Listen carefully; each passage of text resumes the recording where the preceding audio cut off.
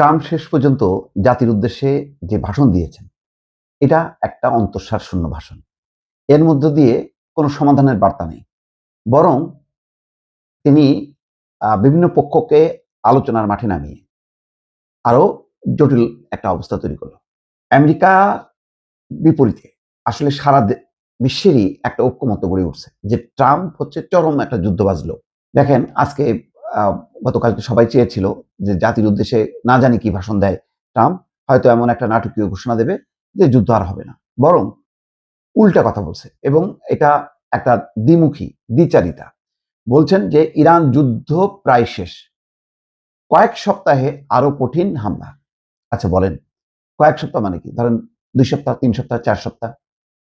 4 সপ্তাহ ধরে যদি মানে আরো কঠিন আঘাত দেয়, তাহলে ইরান যুদ্ধ শেষ কিভাবে হলো?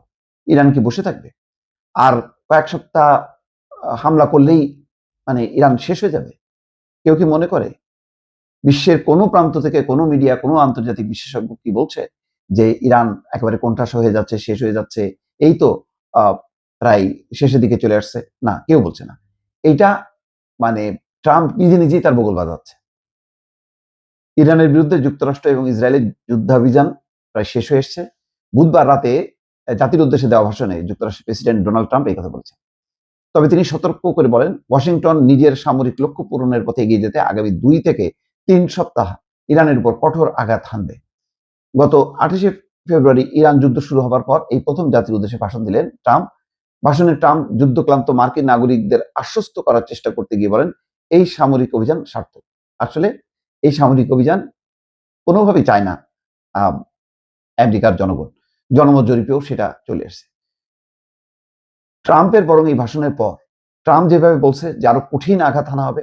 হ্যাঁ, আজকে দেখলাম যে প্রাচীন স্থাপনা ভেঙে ফেলছে। ইরান এগুলি এখন বদার করে না। ইরানও বলছে যে এর জন্য ওই ইরানের যারা ঘেটু দেশ তাদেরকেও চরম মূল্য দিতে হবে। অর্থাৎ আমেরিকাকে তো আর বাগে পাচ্ছে না, বাগে পাচ্ছে কোনগুলোকে? ইসরায়েল এবং যুক্তরাষ্ট্রের যে আরব মিত্রগুলো তাদের উপরে সেও হামলা চালাবে। ফলে কি হবে? জটিল হবে। ইরাক থেকে হামলা চলবে। ইরাক আজকে বাগদাদে মার্কিন দূতাবাস উড়াই দেওয়ার মানে পরিকল্পনা করছে। ইরাক থেকে হামলা চলবে, ইরানের পক্ষে লেবানন থেকে, ইয়েমেন থেকে, এই চতুর্মুখী হামলা। এবং যে হামলাগুলোর এখন টার্গেট হচ্ছে লোহিত সাগর, হরমুজ প্রণালী, যেগুলোতে জাহাজ চলাচল করে। তো তার মানে ট্রাম্প যা বলছে তাদের সমাধান হলো না। আমরা অগ্রগতি অর্জন করেছি, তার জন্য ধন্যবাদ। আজ রাতে আমি বলতে পারি আমরা শিগগিরই যুক্তরাষ্ট্রের সব সামরিক লক্ষ্য পূরণ করার পথে খুব শিগগিরই। এই কথাগুলি সবই বাকডম্বর। এগুলির মধ্যে অন্তঃসার শূন্য কিছুই নাই। অর্থাৎ ট্রাম্প এই ভাষণ দিয়ে আমেরিকার মানুষকে এবং সারা বিশ্বের মানুষকে হতাশ করলো, ক্ষুব্ধ করলো, হতভম্ব করলো। কোনো কিছু মানে ট্রাম্পের ভাষণ থেকে কোনো প্রাপ্তি কেউ কিন্তু পাইল না শেষ।